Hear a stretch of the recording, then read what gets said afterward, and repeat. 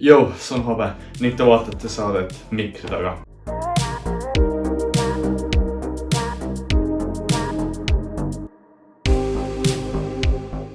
Põhimõtteliselt tänases episoodis ma räägin, et mida me teeme siin kanalil ja selles seerias ning kes mina üldse olen. Alustame sellest, et kes olen mina. Ma olen Habe, ma olen pärit Tartust ning ma olen Eestis tegutsev popartist ja ka vahel hip-hop artist.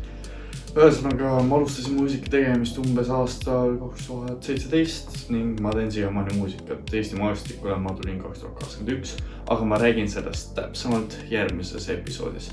Niisiis, mida me selles seerias teeme? Ühesõnaga, ma lihtsalt räägin sellest, mida mina olen teinud muusikuna ja artistina ning siis ma tahaksin ka teie tagasisidet kommentaaridesse ja ka muidugi videoideid, kuna see, mis teid huvitab, see on mulle väga hea content. Muidugi ma teeksin seda, et teile oleks kõik huvitavam. See episood ma lihtsalt räägin sellest, mis selle kanali tuleb ning järgmises ma juba räägin enda muusika sellest karjääri algusest, mis aasta ma alustasin ja nii edasi.